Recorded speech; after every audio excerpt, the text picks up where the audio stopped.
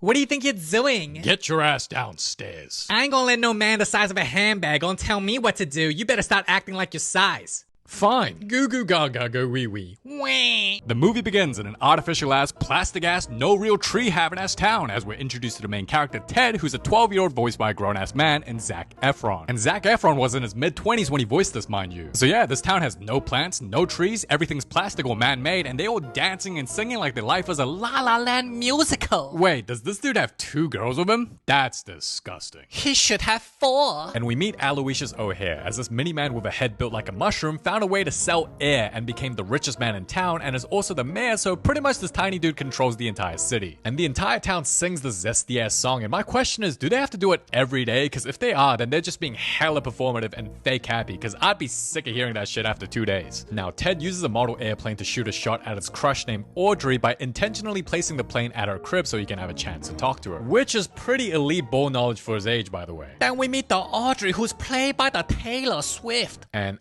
oh, he is down bad. What up, shawty? Aren't you the little boy that's gay? I'm 6 feet at heart. Maybe you can help me do some chores. Come, slave. And you know what? I like Ted's confidence. Now, Audrey shows Ted her drawings and bro pretends to care and act impressed because he wants her to like him. And long story short, Audrey's obsessed with trees. Like, so obsessed she wants to stroke that tree shit at night and says her dream is to have a real tree, so when Ted asks what will happen if a guy gets her one, she says she'll marry him on the spot. And it was at that moment Ted knew he was gonna do whatever it took to get that tree. Cause he horny. Now, you would think I'd call him a simp for this, but I won't. Why? Because he's 12. That's what 12-year-olds do. When you're 12, you want to do anything and do a bunch of stupid shit to try to impress a girl. So, no, of course I'm not going to call him a simp. But if he was in his 30s doing this, oh yeah, absolutely, bro. That's simp behavior.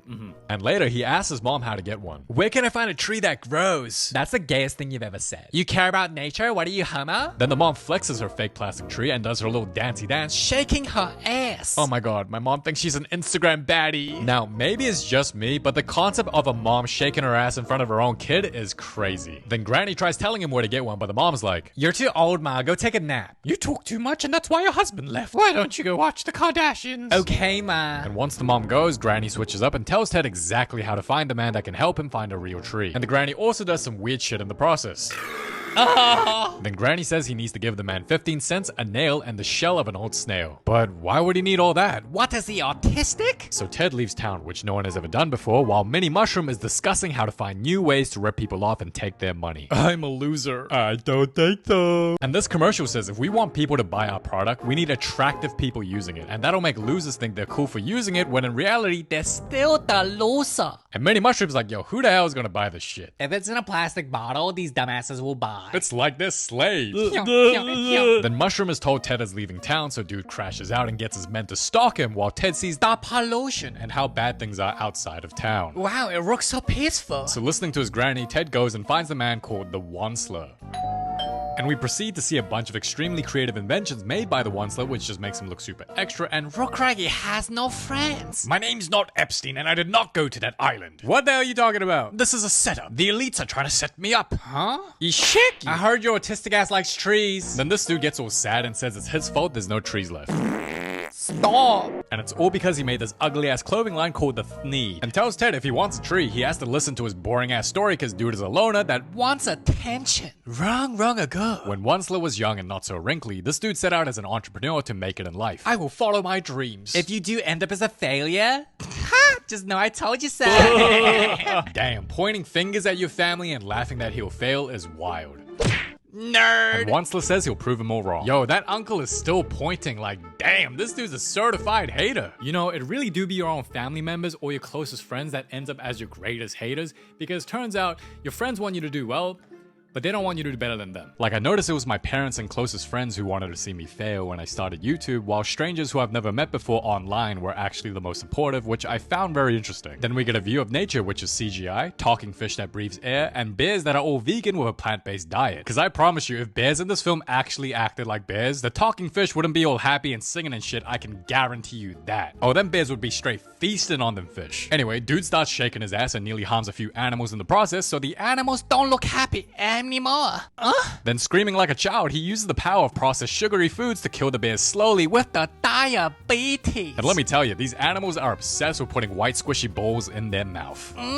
Okay, boomer, what the hell has this got to do with trees? Interrupt me again and I'll sell you to Epstein. Proceed. Now, we're told bro cuts down a tree, and what's funny about the scene is that the animals react like this is the worst thing ever. So you're telling me there's not a single beaver in this entire world? Because they cut down a bunch of trees. Matter of fact, here's a list of a bunch of animals that cut down trees, eat trees, damage trees, and is overall bad for the environment. And wait a minute, does that say black bears damage tree by eating tree bark? So what the hell are these bears being all performative for? Like their cousin black bear would gladly eat that shit. They made this the most dramatic scene ever. So even the clouds get performative, and we're introduced to the Lorax, who's the guardian of the trees. Yay! You don't sheeper. No! And this dude deadass puts stones around it in remembrance of a fallen tree as the animals all band together holding hands doing kumbaya and starts crying. Really, bro?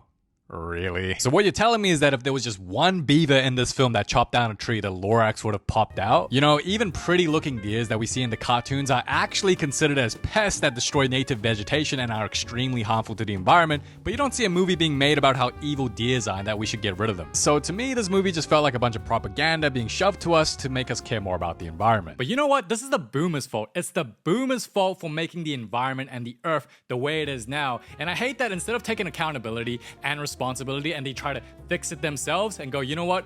It's our fault. We'll try fix it. No, they always want to shift the blame to us, to Gen Z or Gen Alpha going, no. We screwed up, but now it's your turn. You need to fix it. And it's like, hold on, no. You need to fix it. We didn't do it.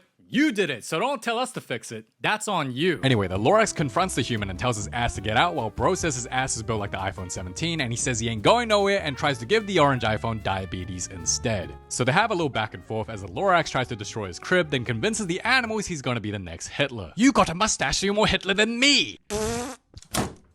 Then the Lorax puts a curse on his ass and struggles to open the door cause he Built like a plushie. and the Once-ler stops the story here and tells Ted to come back tomorrow cause he the Attention seeker. What? No. Then I guess your bum ass won't ever get a tree then. Well, I do want to get laid. Alright, I'll see you tomorrow. Then we get a scene of Audrey's birthday.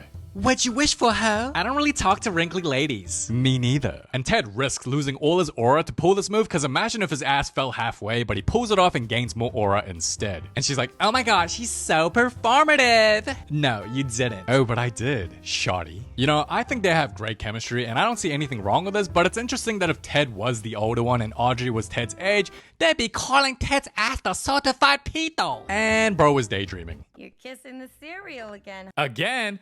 Oh, he honey. And on his way to see the Once-ler again, Ted gets confronted by O'Hare's men, who I'd like to call the Great Wall of Jeff Bezos. Then Mushroom Man himself pulls up and wow, this dude is tiny. Like bro is legit the size of a toddler. You're short. Yeah, I still struggle with women. Guess you gotta climb up on him. All the time. I can clearly tell why you're single. Then Mushroom Cut explains that he's got cameras everywhere and sees him as a threat to his business because he wants trees, so warns Ted not to go outside town again because trees make air for free, but dude needs to keep selling him. No way. This dude needs 2 dudes to get in a car every single time? That must be annoying. He's practically a kid that needs parental supervision. Then Ted's like, man, you think I'm gonna give up getting laid because of you? Hell nah, and goes outside town again to see the Once-ler. Bro, Ted's so down bad, he's risking his life to get a girl to like her. So maybe it's because of guys like Ted, girls are now saying things like, If he wanted to, he would slay on period. Anyway, Once-ler continues the story that after he made his first need and went to sleep, the vegan bears took his ass outside to dump his ass in the river so dude can die. But this little Teddy gets on the bed, so the Lorax changes his plan. Oh, your cousin gonna die. And he never tastes fish? So they try rescuing the Teddy, but unfortunately it has an IQ of a melon. Then Once-ler puts his foot in cold water, and how is he still sleeping? Like this dude should never Lipa Aron. because he'd be so easy to rob. But eventually he wakes up when his bed capsizes, only to find out he's about to die, and the Lorax chucks a huge rock at him, which also should have killed him, but ends up saving his life. This movie's so dumb. Then dude rubs 2 bears together, and hey yo, why do the bears look aroused? Huh? Guess this is how bears goon. Anyway, the Lorax saves him when he didn't have to, and Once-ler thanks him for trying to murder him and vows to never cut down another tree again. But Orange Plushie thinks he's sus, so he decides to sleep with him. Now his whole place is filled with animals, so I don't know why he looks depressed when bro now has unlimited food supply to make sushi and steak. Hey, yo, why that bear look like that? He's taking the butter glissy. Then Once-ler introduces the thneed that can be used as a swimsuit or a tool to clean floors or be used as a hat. You won't sell shit. No wonder your family don't support you. And you smell like ass. And the first couple days was pretty rough as dude gets laughed at, has his guitar smashed, and have a whole crowd throwing tomatoes at him. Yo, is that the police? Bro even got the police chucking food at him. So he goes, screw it, I'm done. And chucks it away and unintentionally gives a girl with glasses and braces the biggest glow up of her life. Now, I do find it funny how a piece of clothing that didn't even touch her teeth makes her braces just fly out. And also, this film is pretty much saying if you wear glasses and have braces, you're undesirable. Hey, cool hat. And because a hat makes the average girl a lot more popular and desirable, now everyone wants one. I told you so. Well, I guess I'll just work as your slave. And Once-ler starts cooking in the kitchen and becomes the animal's personal slave. Of course, you would like some more, you big boy. But suddenly the house shakes and Once-ler finds out he's gonna be rich. And it's what he decides to do next that I start to disagree with, as he immediately starts to make as many thieves as possible and calls his family who never believed in him to come help him out. Like, bro had a chance to make a lot of money without cutting many trees or making many thieves, but we'll get to that later. As the film wants to show us how confident Ted is instead, because the moment dude sees his crush, he just straight up talks to her. Hey, shawty. Damn, Ted, you stalking me? Maybe I am. Is this the girl you gooned That's to? a lie. Stop playing defense. Now, this could just be me, but seeing Audrey smiling at him like that, I think she's already kinda interested in him. No? But when she goes to paint some more trees, she finds out Minnie Mushroom got rid of it. Like, damn, dude, you're telling me you're so insecure she can't even dream of having trees? And that means her crib is owned by the Mushroom Man, right? Like, I think it's pretty safe to assume that this dude owns the entire town. So when Ted tries to find another exit out of town, this happens.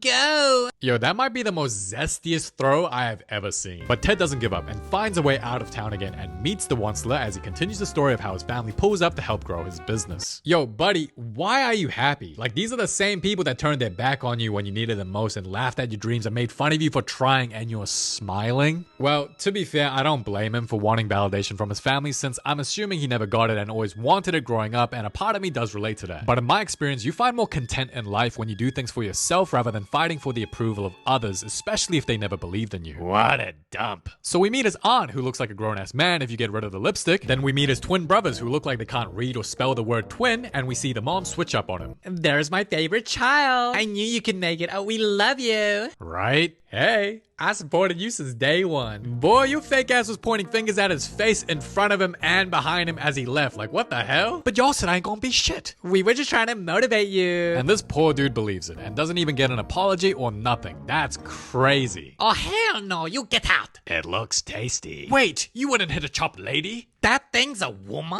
So the Lorax tells him to get out, and I don't know why they ass is looking all shocked like he's the bad guy, because Once-ler's family isn't exactly good folks, so I don't feel bad for him whatsoever. But the Lorax isn't gonna force Once-ler to do anything, so he just tells him the tree falls where it leads, be careful which way you lead. Which means he spoke a bunch of Japanese. Like, how about you just go up to him and tell him, look, since your business relies on trees, if you cut down more than you plant them, eventually your business will die. So maybe you should stop planting. How about just say that? Just say that. And also, if everyone is dying to use your product, and because using your product can actually increase a person's perceived status, why would you then make it cheap and for everyone to use when you can start your own designer clothing brand and, similar to a Birkin bag, make it extremely rare and every piece is handmade? That way you don't have to involve many staff and cut down many trees, but you can also put a ridiculous expensive price tag with a limited amount of supply and people will still buy. And that way you can cut very few trees and still be profitable. But instead, dude listens to his mother cause he a mama boy. And she tells him to chop down a bunch of trees because they're not making enough to meet demands. And wait a minute, this film's just showing us they don't even need to cut down any trees to make these. So like I said, if you raise the price and increase the quality and limit the supply, that's a better long-term business model. Guess we can cut a few trees. Oh, you make me so proud. And this poor dude can't even tell this affection is transactional. So the hillbilly bros get to chopping and Plushie is not happy. So when Lorax reminds dude you made a promise not to cut down any more trees, Once-ler ignores his ass and sings a song gaslighting himself. He's only cutting just a few trees, so it can't be that bad. So we get a montage of dude growing his business and getting rich at the expense of cutting down every single tree available at his disposal, and we see this number right here. 5.2 million thieves. So let's say he sold each one at $50. Bro made $250 million in sales, and if he sold it for 100 each, that's $500 million in sales. And if we can assume from every tree that's cut down, he can make 2 thneeds from every tree, that means he cut down around 2.6 million trees. And honestly, the amount of trees isn't as much as I thought it'd be, because a single YouTuber like Mr. Beast has planted over 24 million trees as of today, so 2.5 really doesn't sound that much for context. Then the Once-ler confronts his ass. So why don't you stop me? Cause I'm a boomer, and boomer don't fix shit. Then Once-ler does the whole, leave me alone, I know my rights and I'm only going to get bigger. And the last tree gets cut down. So you're telling me dude only just found out there's no trees left when his business can only function through the existence of trees? Is he stupid? Like, he could have spent a fraction of his profit on reinvesting into the business by planting a bunch of trees, and because it's a business-related expense, because trees is part of his business, therefore planting trees or spending any money on planting trees will be used as a tax write-off against his income. So, by using a fraction of the profits, he could get a tax write-off, plant more trees, and keep his business alive. But I guess he didn't do that cause he does stupid. So bro could have made more money by spending some money growing a bunch of trees, but his stupid ass couldn't even do that. Then his business shuts down and we're introduced to the mini mushroom when he was younger, and we find out dude was a total nerd. Damn, so he's 2 feet tall and he can't see? Yeah, he had to get rich. Dude had no other choice. You're a failure that let me down. Now you're my favorite child. And this is exactly why you should never do things for people's approval or validation, because a person's perception of you can change overnight just like that, and anyone can switch up on you. So it really is best to just do things for yourself and live for yourself, because at least you can't betray yourself. And imagine making millions but you still end up driving the same truck. That's crazy. Then the Lorax says the animals need to find a new home now, then he grabs his own ass and starts flying away. And I actually started laughing when I saw this scene, because bro deadass needs to grab his own booty cheeks to fly back to where he came from. Like, this deadass just looks like a humiliation ritual. And that's the end of the Once-ler story. I was too lazy to fix it, so it's your problem now. So you won't take accountability? Nope, I'd rather put that burden on you. So this selfish piece of shit had the last tree seed for decades, and instead of using that time to plant trees and do something, instead he talks about how he cares so much and feels so bad, but then puts all the responsibility and burden onto the younger generation. Don't hate me, I'm a boomer. That's just what boomers do. Bro, this is the equivalent of an old man taking a shit in public and then looking at young people pointing at them and going, if you don't clean this up, it's gonna smell for a very, very long time. And it's like, whoa. No. If you don't clean this up, it's gonna smell for a very long time. I didn't take a shit. You did. How come you gonna take a shit and then blame others and tell them to clean up your shit? It's like, no. You took the shit, so you clean up your own shit. You know, I didn't take a shit. We didn't take a shit. You took the shit. So you clean it up. So this film's message shouldn't be about making Gen Z and Gen Alpha responsible for fixing climate change. Instead, it should be, since boomers are still alive and well, we should go drag their asses out of them retirement homes and make them fix the mess themselves. And if they can't even do that, at least make them acknowledge it's their fault and live out the remaining years with the guilt that it's because of them. Climate change is the way it is. Anyway, Ted gets Audrey to come meet him at his place and puts the seed in his room before going downstairs to see Mini Mushroom at his crib. Go make me some cookies. Telling a woman to go to the kitchen? Not nice, but I'll do it. Hand it over. Not until my ass gets laid. Hey, you're such a simp. Then the Great Wall of Jeff Bezos goes in his room and Mushroom goes. Then the mom walks in. What do you think you're doing? Get your ass downstairs. I ain't gonna let no man the size of a handbag gonna tell me what to do. You better start acting like your size. Fine. Goo goo gaga go wee wee. Wah. And once they're gone, we find out Granny has the plant, then the mom starts to care, and Audrey pulls up so Ted uses his finishing move. And my goodness, Ted got her biting her lips and everything. Bro actually did it. I could just kiss you right now. But his own mother starts playing defense. Wait, you're too young to get her pregnant. I mean, there's always plan B. And although Ted gets no action, dude was able to get Audrey to like him, and that's a W. Then the film shows us a bunch of scenes of Mini Mushroom chasing after Ted trying to get the tree seed. And watching this film, it gave off the message that even if you're a young kid, if you just care enough, you stand a fighting chance against the richest man who controls society. But if this film was actually realistic, Ted would already be dead by now if he had even the slightest chance to overthrow the elites. And the elites aren't just going to be driving around doing the work themselves, rather they'd pay someone else to do their dirty work for them. Anyway, when the seed is in the hands of the Mini Mushroom, the granny then steals it from his ass and then uses a crane to find soil so they can plant the seed. And if this was the real world, Mushroom would have full control over the media and will get the news to paint Ted as evil who's only bringing harm and destruction to the city, convincing the masses to hate him so they won't listen to a single thing he has to say. And not only that, Ted would have been arrested by now and have the tree seed confiscated off of him. So, game over. But in this movie, the zillionaire himself tries convincing the people that Ted is evil instead of spending millions on media news outlets to do it for him. And also, Audrey and Ted in the movie have a voice where people can hear their side of the story, which again, never happens in real life, because the media will make sure to paint you as a horrible person and make it impossible for anyone to support you without getting shamed themselves. And because no police stops him or arrests him in the process because it's a movie, Ted then uses the crane to demolish a part of the wall of the town to show people the perspective they're not seeing. Then he proceeds to convince the entire town to change their ways to care more about trees. And this was only made possible because apparently police doesn't exist in this film if they're not throwing tomatoes. I'm just saying this film is a little bit unrealistic, and I don't think it's healthy for kids who watch this film thinking that, oh, maybe if I care about nature and plant some trees, I too can overthrow a billionaire that controls society. Anyway, Mushroom tries convincing the public to stop Ted from planting that tree, but even his own workers start singing to plant the tree and let it grow. And cause the whole town got to see how polluted the world has become, they all side with Ted and helps him plant the tree. I want to help too. Let it die, let that shit die. So Miniman is seen as the bad guy and his own men turn on him, making him fly away, but doesn't Mushroom own everything, including the land Ted is digging in? And because he's not dead, what's not to stop the Mushroom from secretly popping up one night and killing the only remaining tree left in the film? But anyway, Ted plants the tree, then he gets the girl, as the movie ends with a bunch of trees starting to grow again, as this wrinkly ass starts watering the plants, and it's like, oh, now you want to do something. Like, you didn't do shit for decades when you could have, but now you want to do something when other people did the heavy lifting. Got it. Then the Lorax pulls up, still holding onto his ass cheeks, and reunites with the Once-ler, who gives him a hug. Gay! Okay, so I never watched this film until you guys recommended it in the comments, and yeah, clearly from the video you guys can tell I had some thoughts on it. I had some thoughts. Now, did I enjoy the movie? If I'm being honest, it did feel like I was just being fed propaganda to care more about the environment.